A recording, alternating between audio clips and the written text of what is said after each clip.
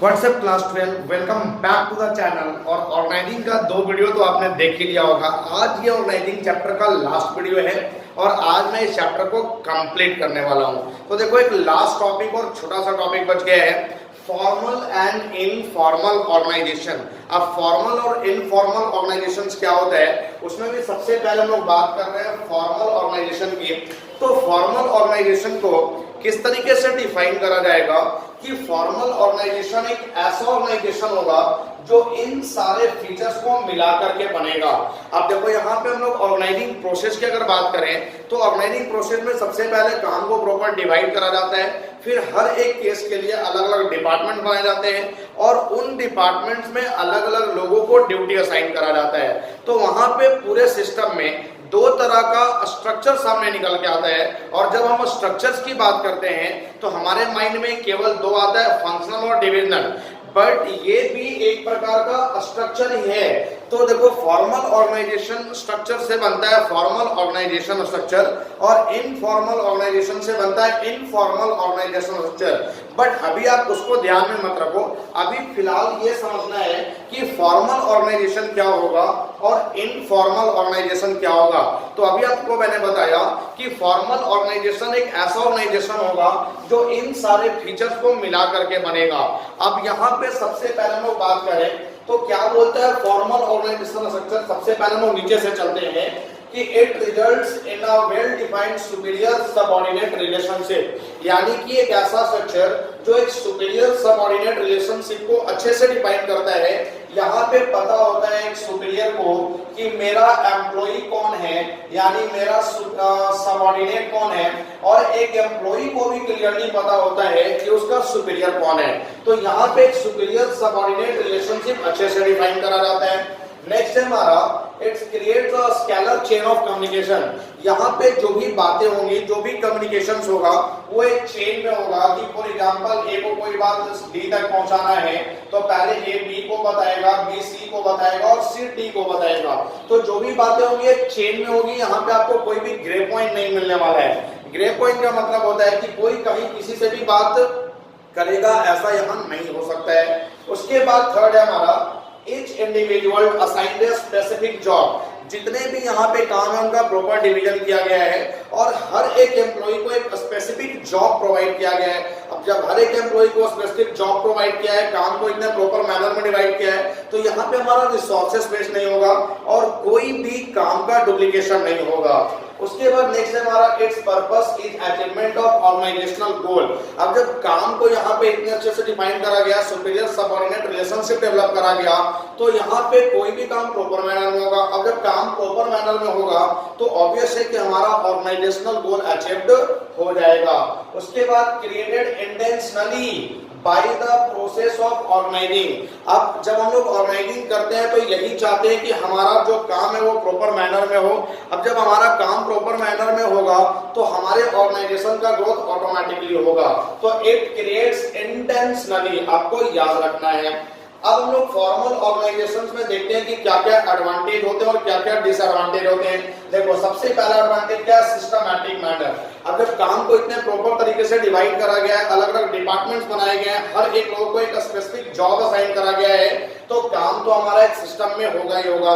कोई भी डुप्लीकेशन नहीं होगा, कोई भी रिसोर्सेस वेस्ट नहीं होगा, सिस्टमैटिक मैनर में मेरा काम होने वाला है। उसके बाद नो ओवरलैपिंग, ये यहाँ से निकल के आता है कि हर एक पर्सन को जब स्पेसिफिक जॉब असाइन करा गया है तो एक पर्सन एक ही काम को करेगा, दूसरा पर्सन दूसरे काम को करेगा और किसी भी वर्क का डुप्लीकेशन नहीं होगा, रिसोर्सेस प्रॉपर्ली यूटिलाइज होंगे, रिसोर्सेस वेस्ट नहीं होंगे।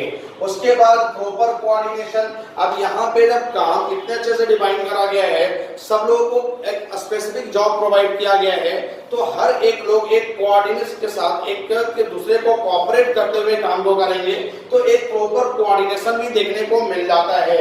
और लास्ट हमारा मोर एम्फेसिस ऑन वर्क, यानी ये जो हमारा है ये डिपेंड करता है इंटरपर्सनल रिलेशनशिप, यानी कि यहाँ पे कोई भी इंटरपर्सनल रिलेशनशिप डेवलप नहीं होता है। इंटरपर्सनल रिलेशनशिप का मतलब कि कोई भी एम्प्लॉय अपने किसी दूसरे एम्प्लॉय के साथ पर्सनल मैटर पे बातें नहीं करता है। कि जैसे यहाँ पे हो रहा था कि अगर कोई भी पर्सन अपने पर्सनल मैटर पे दूसरे से बात कर रहा है तो वो इंटरपर्सनल रिलेशनशिप होता है। तो यहाँ पे इंटरपर्सनल रिलेशनशिप बिल्कुल नहीं होता है। तो सबसे ज्यादा फोकस कहाँ होता है? वर्क पे होता है। तो ये सब इसके एडवांटेज थे। अब एक फॉर्मल ऑर्गेनाइजेशंस के क्या क्या डिसएडवांटेज है? तो सबसे पहला डिले इन एक्शन। अब जब यहाँ पे एक चेन बनेगा और चेन अगर लंबा हो जाएगा तो एक्शन में ऑब्वियसली डिले होगा।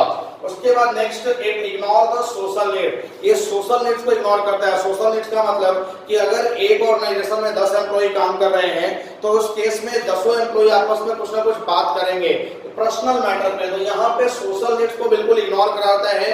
कोई भी एम्प्लॉय एक दूसरे एम्प्लॉय से पर्सनल मैटर पे बातें नहीं करता है। और उसके बाद फोकस ऑन वर्क ओनली। देखो यहाँ भी वही था कि मोर एम्फेसिस ऑन वर्क, लेकिन जैसे ही यहाँ पे ओनली वर्ड लग गया तो ये इसका डिसएडवांटेज बन गया। अब एक ऑर्गेनाइजेशन में अगर 10 एम्प्लॉय काम कर रहे हैं और 10 आपस में बात ना करें, 10 अपने बात को शेयर ना करे, कोई अपने बात को शेयर ना करे, तो उसके लिए काम करना थोड़ा मुश्किल हो जाएगा। तो सिर्फ काम करना हमारे लिए सही नहीं है, क्योंकि हमने पढ़ा था कि मैस्लो के अकॉर्डिंग 5 नीड्स होते हैं ह्यूमन बीइंग का। तो अगर सिर्फ काम पे ही फोकस किया जाए तो बाकी के नीड्स हमारे पूरे नहीं होंगे, और बाकी के नीड्स पूरे नहीं होंगे तो हमारा काम भी प्रॉपर्ली नहीं हो पाएगा। तो ये सब थे इसके डिसएडवांटेज। आई होप गाइस कि आपको फॉर्मल ऑर्गेनाइजेशन अच्छे से समझ में आया होगा। अब उसके बाद हम लोग चलते हैं इनफॉर्मल ऑर्गेनाइजेशन। तो देखो इनफॉर्मल ऑर्गेनाइजेशन क्या होता है कि जब एक ऑर्गेनाइजेशन में 10 लोग काम करते हैं तो ऐसा तो हो ही नहीं सकता है कि वो आपस में पर्सनल मैटर पे कोई बात ना करें। अब जब आपस में वो बात करेंगे तो वहां फॉर्मल ऑर्गेनाइजेशन स्ट्रक्चर में से ही या फॉर्मल ऑर्गेनाइजेशन में से ही एक और स्ट्रक्चर हमारा डिराइव हो जाता है, एक और ऑर्गेनाइजेशन डिराइव हो जाता है जिसको हम लोग बोलते हैं इनफॉर्मल ऑर्गेनाइजेशन। तो इनफॉर्मल ऑर्गेनाइजेशन फॉर्मल ऑर्गेनाइजेशन में से ही डिराइव हुआ एक स्ट्रक्चर है या एक ऑर्गेनाइजेशन है। तो एक इनफॉर्मल ऑर्गेनाइजेशन को किस तरीके से डिफाइन किया जाएगा कि इनफॉर्मल ऑर्गेनाइजेशन वो ऑर्गेनाइजेशन होगा जो इन सारे फीचर्स को मिला के बना होगा। अब देखो यहाँ पे क्या है, इट गेट्स क्रिएटेड ऑटोमेटिकली। देखो यहाँ पे आपने क्या बताया कि ये एक ऐसा ऑर्गेनाइजेशन है जो ऑटोमेटिकली क्रिएट हो जाता है विदाउट एनी इंटेंशन। यानी कि जब एक ऑर्गेनाइजेशन में कुछ एम्प्लॉई आप काम कर रहे हैं तो वापस में बात करेंगे ही करेंगे। तो फॉर्मल ऑर्गेनाइजेशन में से ही एक और ऑर्गेनाइजेशन हमारा डिराइव हो जाता है informal organisation. It is formed by employee. ये किसके द्वारा फॉर्म किया जाता है, बनाया जाता है? एम्प्लॉई के द्वारा, टू गेट साइकोलॉजिकल सेटिस्फैक्शन।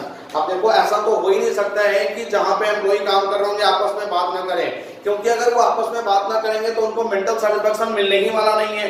और जब मेंटल सेटिस्फैक्शन नहीं मिलेगा, अब जैसे कोई भी एम्प्लॉई अगर आपस में कोई बात को शेयर करते हैं तो मेंटल सेटिस्फैक्शन मिलता है। वो कहीं एक जगह से दूसरी जगह जाते हैं, लोगों के साथ अपनी बातें शेयर करते हैं, लोग उनके साथ अपनी बातों को शेयर करते हैं, तो उनको एक साइकोलॉजिकल सेटिस्फैक्शन मिलता है जिससे वो काम अच्छे से कर पाते हैं। तो ये एम्प्लॉई के द्वारा साइकोलॉजिकल सेटिस्फैक्शन के लिए बनाया गया। अब देखो हमने बताया था कि जो फॉर्मल ऑर्गेनाइजेशन था वो बनाया जा रहा था, लेकिन इनफॉर्मल ऑर्गेनाइजेशन ऑटोमेटिकली बन जाता है, इसको बनाना नहीं पड़ता है। उसके बाद does not follow any fix path of communication. यहाँ पे कोई भी स्केलर चेन फॉलो नहीं होता है कि ये इस तरह का कोई भी स्केलर चेन फॉलो नहीं होता है, कोई भी फिक्स पाथ ऑफ कम्युनिकेशन नहीं होता है।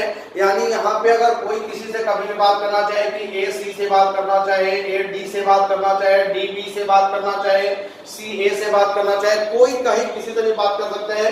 यानी यहाँ पे ग्रैब पॉइंट होता है, कोई किसी से भी बात कर सकता है। उसके बाद the existence of informal organisation. जो इनफॉर्मल ऑर्गेनाइजेशन का एग्जिस्टेंस है वो डिपेंड किस पे होता है? फॉर्मल ऑर्गेनाइजेशन पे। उसके बाद अब एक इनफॉर्मल ऑर्गेनाइजेशंस के क्या क्या एडवांटेज है। सबसे पहला फास्ट कम्युनिकेशन। अब जब यहाँ पे कोई स्केलर चेन ही नहीं है, कोई फिक्स पाथ ऑफ कम्युनिकेशन ही नहीं है, कोई किसी से भी बात कर सकता है, ग्रे पॉइंट हर कटिंग मिला हुआ है, तो एक फास्ट कम्युनिकेशन होगा। उसके बाद फुलफिल सोशल नीड्स। देखो फॉर्मल ऑर्गेनाइजेशन में सोशल नीड्स फुलफिल नहीं हो रहा था, लोग अपने पर्सनल मैटर पे बातें नहीं कर रहे थे, लेकिन यहाँ पे कोई भी किसी से कुछ भी बात कर रहा है अपने पर्सनल मैटर पे, तो यहाँ पे उनको एक साइकोलॉजिकल सेटिस्फैक्शन मिल रहा है और उनके सोशल नीड्स पूरे हो रहे हैं। उसके बाद करेक्ट ट्रिगर। अब देखो यहाँ पे टॉप लेवल का जो मैनेजर या टॉप लेवल का जो एम्प्लॉई है वो इसका फायदा उठा लेता है कि वो अपने एम्प्लॉय के साथ इको फ्रेंडली बात करके एम्प्लॉय का फीडबैक ले लेता है। अब फॉर्मल में क्या था कि एम्प्लॉई वहां पे जो भी था एक प्रॉपर मैनर में काम कर रहे थे, सिस्टमैटिक मैनर में काम हो रहा था, तो एम्प्लॉई भी डरते थे कि कहीं उनके द्वारा जो भी बात किया गया वो पकड़ा ना जाए। लेकिन यहाँ इको फ्रेंडली बातें हो रही हैं, तो इको फ्रेंडली बात में जो भी फीडबैक है वो बिल्कुल करेक्ट आ जाता है। तो ये देगा इसके एडवांटेज। अब एक इनफॉर्मल ऑर्गेनाइजेशन के क्या क्या एडवांटेज है? No systematic working. अब जब कोई फिक्स पथ ऑफ कम्युनिकेशन नहीं है, कोई एक आपका सुपीरियर सबऑर्डिनेट रिलेशनशिप नहीं है, कोई कमांड नहीं है, तो सिस्टमैटिक वर्किंग कहां से होगा? तो no systematic working. Spreading of humour. अब एक सर्वे में ऐसा पाया गया है कि एक इनफॉर्मल ऑर्गेनाइजेशन में जितने भी इंफॉर्मेशन है उसमें से 60 to 70% इंफॉर्मेशन बिल्कुल र्यूमर्स होते हैं। तो यहाँ पे र्यूमर्स काफी तेजी से स्प्रेड होता है। और मोर एम्फेसिस ऑन इंडिविजुअल इंटरेस्ट। यहाँ पे इंडिविजुअल इंटरेस्ट पे ज्यादा फोकस किया जाता है रादर देन द हमारा जो मेन वर्क है। अब उस केस में अगर हम लोग इंडिविजुअल इंटरेस्ट पे ज्यादा फोकस करें तो फिर उस केस में काम हमारा होने वाला नहीं है। तो कहीं ना कहीं इंडिविजुअल इंटरेस्ट पे फोकस करने का मतलब है कि इंटरपर्सनल रिलेशनशिप में हम लोग ज्यादा फोकस कर रहे हैं। यहाँ पे आपस में पर्सनली बातें ज्यादा हो रही है, तो हमारा काम नहीं होगा या डिले होगा। तो आई होप गाइस कि जो भी आपका था फॉर्मल एंड इनफॉर्मल ऑर्गेनाइजेशन ये आपको समझ में अच्छे से आया होगा। इसी के साथ ये हमारा चैप्टर्स का लास्ट टॉपिक था, हमारा चैप्टर्स कंप्लीट हो गया। अब जल्दी जल्दी हम लोग कल स्टार्ट करने वाले हैं स्टाफिंग चैप्टर, क्योंकि स्टाफिंग चैप्टर भी काफी इंपॉर्टेंट चैप्टर्स है।